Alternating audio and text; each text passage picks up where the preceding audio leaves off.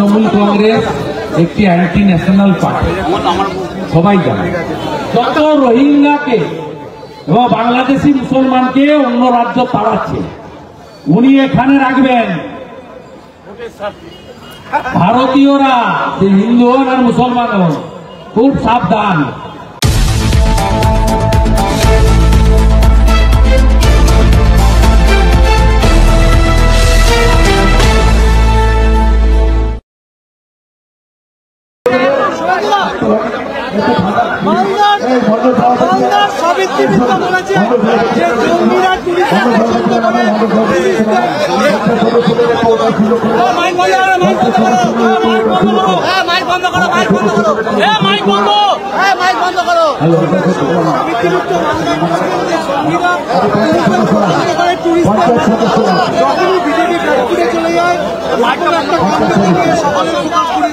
জঙ্গিদের পাশে দাঁড়াবেন তৃণমূল নেত্রী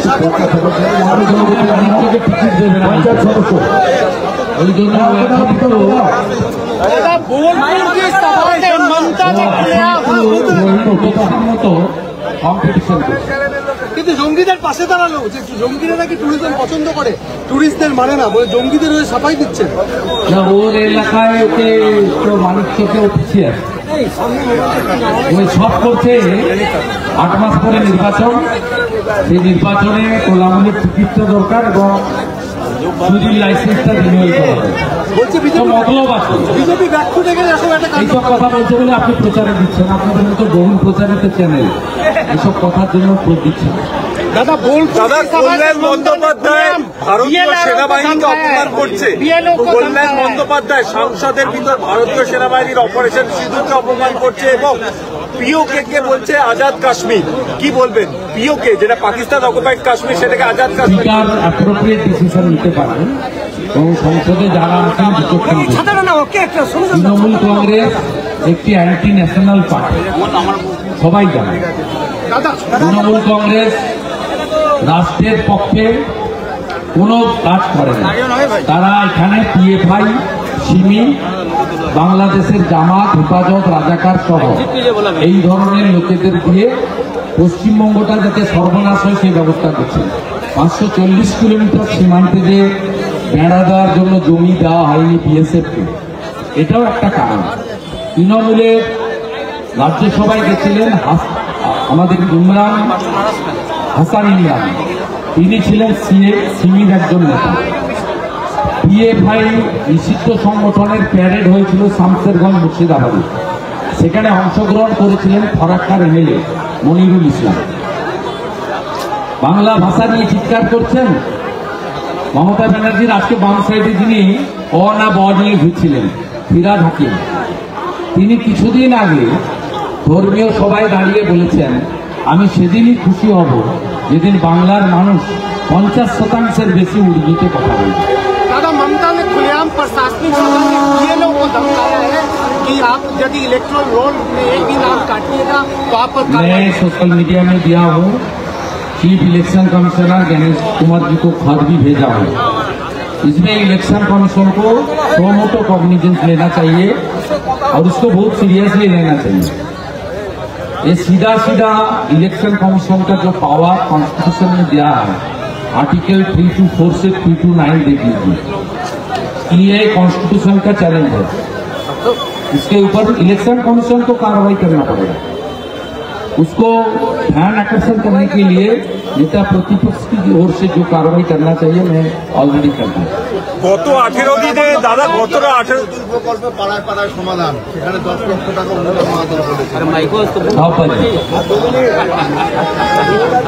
তাহলে কি আগে কোনোদিন কাজ হয়নি? রাস্তাঘাট এখনো হয়নি? তাহলে না, উনি তো এবারে প্রথম ভোটে লড়ছেন। 14 বছর তো ভূত মুখ্যমন্ত্রী ছিলেন। ওনার কাছে চাকরির হিসাব নেই, শিল্পের হিসাব নেই, উন্নয়নের হিসাব নেই। কতগুলো এয়ারপোর্ট হয়েছে, কতগুলো সমুদ্র বন্দর হয়েছে, কি করেছেন তার কোনো হিসাব নেই। কত ছেলেকে চাকরি দিয়েছেন, ছেলে মেয়েকে।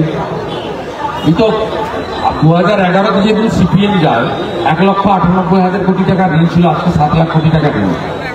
সিপিএম যেদিন যায় 5,20,000 পরিযায়ী শ্রমিক ছিল, আজকে 7 লক্ষ পরিযায়ী শ্রমিক।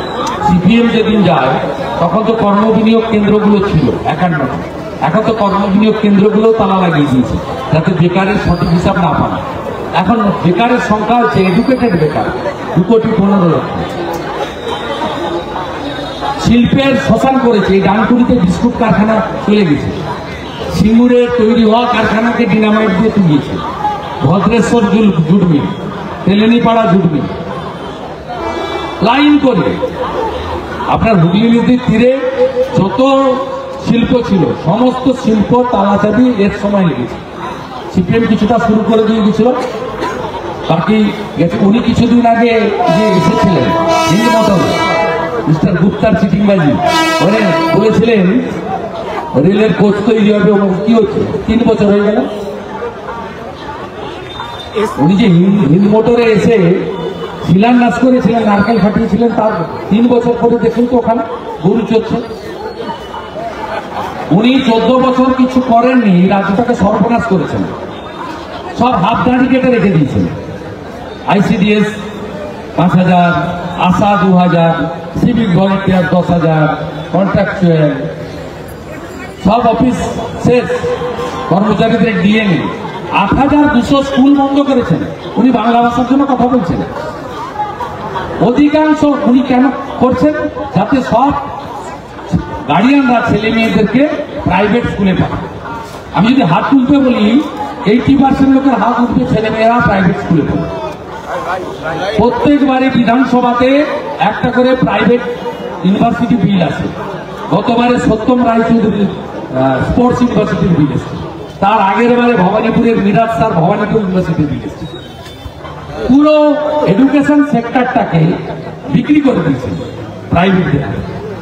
হেলথ সেক্টরও তাই, স্বাস্থ্যসাথীর কার্ডে কার চিকিৎসা হবে? কার চিকিৎসা হবে? সব নার্সিং হোমে গেলে বলে কার্ড না ক্যাশ, যদি কার্ড বলেন বলে সিট নেই। কেন এখনো লোক ভেলোরে যায়, মুম্বাইতে যায়, বাঙ্গালোরে যায়? কেন আয়ুষ্মান ভারতের কার্ড এখানে চালু হয় না? উত্তর দিতে পারবেন?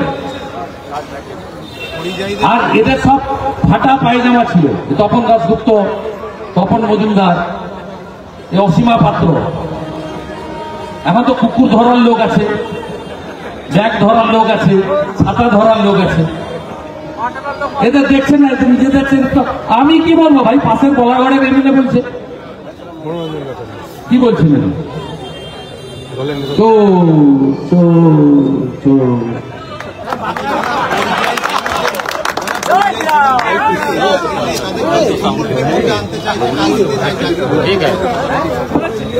কাজ দিয়ে বলেনি তো, বলেছে ওদেরকে ফিরিয়ে এনে আধার কার্ড দেবে। যদি পশ্চিমবাংলার লোক হয় তার আধার কার্ড করতে হবে কেন? শুধু ভারতীয়, তার তো আধার কার্ড আছে। যদি পশ্চিমবাংলার লোক হয়, পুরুষ মানুষ ঠিক আছে কাজে, বাড়িতে অন্য লোকেরা আছে, বাবা মা আছেন, স্ত্রী আছেন, ভাইরা আছেন, স্বাস্থ্যসাথীর কার্ড তাদের থাকবে, বলছে স্বাস্থ্যসাথীর কার্ড করে দাও। বলছে জব কার্ড করে দিতে হবে। মলয় ঘটককে বলছে, চিফ সেক্রেটারির সঙ্গে কথা বলে, আরেকটা দালাল আছে বীরভূমের স্বামীদের, তাকে বলছে রাজ্যসভায় পাঠিয়েছে, বলছে তুমি ওদের জব কার্ড করে দেবে। জব কার্ড করতে হবে কেন? তার বাড়ির অন্য লোকের তো জব কার্ড আছে।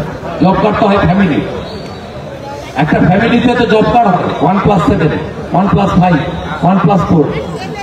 তার মানে যত রোহিঙ্গাকে এবং বাংলাদেশি মুসলমানকে অন্য রাজ্য তাড়াচ্ছে, উনি এখানে রাখবেন। ভারতীয়রা হিন্দু হন আর মুসলমান হন, খুব সাবধান। আপনার রেশন খাবে, আপনার ল্যান্ড খাবে, আপনার বাড়ির মেয়েটাকে তুলে নিয়ে যাবেন জিহাদের নাম করে। আর ভোটের দিন ভোট জিহাদ করবে, তৃণমূলকে ভোট করাবে, তৃণমূলের হয়ে ভোট লুট করাবে।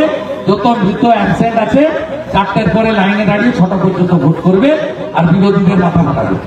গতবারে এই লোকসভা নির্বাচনে ধনেখালিতে আমাদের প্রার্থী প্রাক্তন সাংসদ লকেট চট্টোপাধ্যায় কিভাবে জুতো নিয়ে আক্রমণ করেছিল কারা, আপনার চোখের সামনে দেখেছেন। এইটাই হচ্ছে কারণ। আমি ভারত সরকারকে অনুরোধ করব, আপনারা যাদেরকে বাংলাদেশি মুসলমান এবং রোহিঙ্গা হিসেবে চিহ্নিত করেছেন তাদেরকে ছাড়বেন না, তাদেরকে পুশব্যাক করুন।